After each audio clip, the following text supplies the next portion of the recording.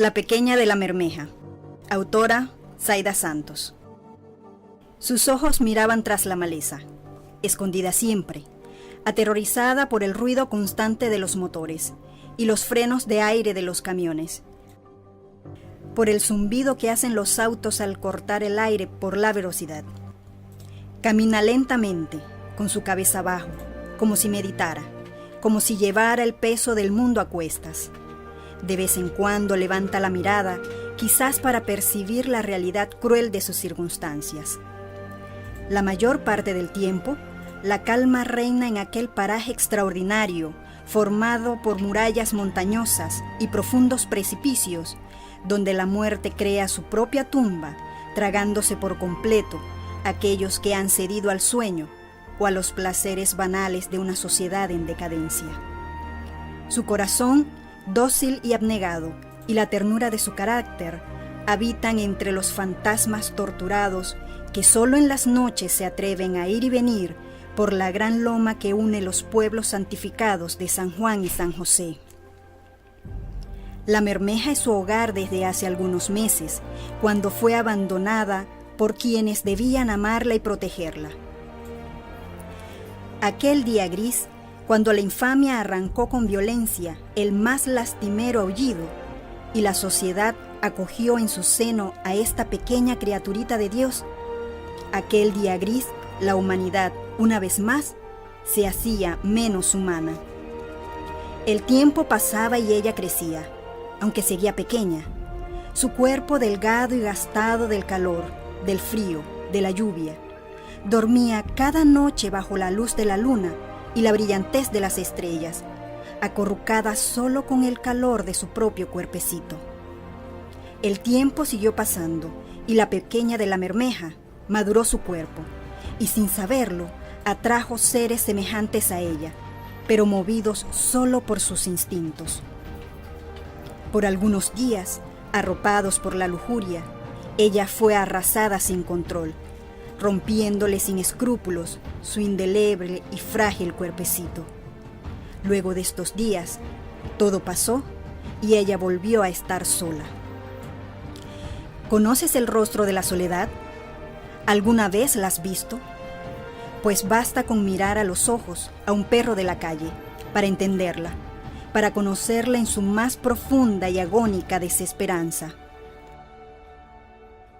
La primera vez que la vi, estaba a un lado de la carretera, en la cima de la loma. Un único cachorro pegado a su teta intentaba sin éxito extraer algo de leche para aplacar el hambre. ¿Cómo es que el ser humano no es capaz de cumplir con el propósito divino de proteger la creación de Dios? Abandona con tanta facilidad, mientras él mismo nunca es abandonado por el Padre que le da la vida. Iba rumbo a Santa Fe cuando la vi, y aquella escena pareció graciosa a mis acompañantes. Todos rieron al ver al cachorro pegado de la teta de la madre, intentando comer. Solo yo, que conozco la soledad, el abandono, el hambre, pude comprender el horrible acto cometido por el ser humano egoísta y que en cuyo corazón no hay un solo vestigio de bondad.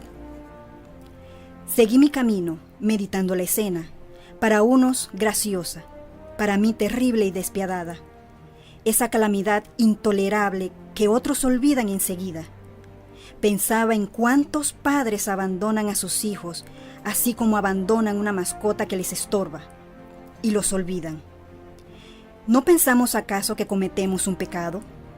¿No sienten quienes cometen estos actos algún tipo de remordimiento amargo en el corazón? ¿Será posible pensar por un segundo, si cabe la posibilidad, de que este pecado pudiera alejar nuestras almas hasta del más infinito y misericordioso Dios? Quizás la vida después de estos actos vuelve más miserable a los actores, pero el daño hecho se perpetúa sin remedio. Vi cada día la perrita escuálida y a su cachorro aún más escuálido en la misma zona, yendo y viniendo sin rumbo. El abandono, condena agónica a la soledad perpetua que el ser humano regala alegremente sin vacilar, y con la complicidad de la conciencia que duerme plácida, si convertirse en el demonio que, armado con la espada de la culpa, tortura el alma hasta conseguir la aflicción última que lleve al arrepentimiento. El abandono, repito, se regocija en los más terribles tormentos. No soy huérfana, pero mis padres desaparecieron de mi vida cuando tenía apenas algunos meses. Me dejaron al cuidado de mi abuela, para ellos hacer no sé qué con sus vidas. Por algunos años escuchaba con atención lo que mi abuela decía de ellos. Están trabajando, mi hija, para poder darte lo que necesitas. La verdad es que a medida que crecí me di cuenta que era ella quien buscaba el sustento. Ya no recuerdo cuándo fue la última vez que los vi, y la verdad ya no importa. Una tarde, cuando iniciábamos el descenso por la Bermeja, quedé estupefacta al ver por unos segundos, por la velocidad del auto, a la pequeña en medio de la carretera, lamiendo el cuerpecito inerte de su cachorro. Algún carro anterior a nosotros lo había atropellado y ella lamía sus heridas. Pasamos a un lado, pitando y esquivando el obstáculo, y casi por reflejo miré hacia atrás y vi cómo mordisqueaba el pequeño cuerpecito destrozado y lo arrastraba a la orilla. Esta perrita que había encontrado en su cachorro algo de compañía a su vida solitaria, perdió súbitamente lo único bueno entre tanta miseria. Recordé mi propia desdicha. ¿Cómo no pensar en ello?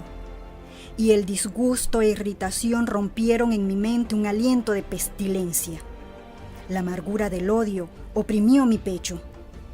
¿Cómo reprimir el llanto ante tal escena de perversidad? El abandono. Sentí mis ojos húmedos y respiré profundamente. En la radio del auto algún programa de música y comentarios graciosos de la vida ajena. El resto del viaje permanecí callada, sumida en mis pensamientos, y al llegar a casa tomé en mis brazos a mi pequeña niña, mi peluche, mi dulce, mi gatita de 9 años rescatada de una muerte segura a sus escasos 15 días de nacida. Recuerdo tan bien ese día, apenas cabía en mi mano, y dentro de una cajita de zapatos de niña de talla 3, mojada por la lluvia de la noche anterior, uno de sus hermanos, muerto. Ella es mi única amiga, la que acompaña mi vida solitaria. No podría jamás perderla, como la pequeña de la Bermeja perdió a su cachorro. Cada tarde, al bajar la Bermeja, loma extensa que une los pueblos santificados de San Juan y San José, la veo caminando por la orilla de la carretera, con su cabeza abajo, levantando la mirada de vez en cuando para percibir quizás la realidad cruel de sus circunstancias. Y pienso, ¿ella es real?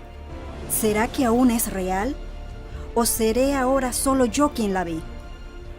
Después de ese día nadie comenta nada, como si no existiera. ¿Será posible que ya no exista y que finalmente sucumbió a la intemperie? ¿O será que simplemente ya fue olvidada y por lo tanto ignorada?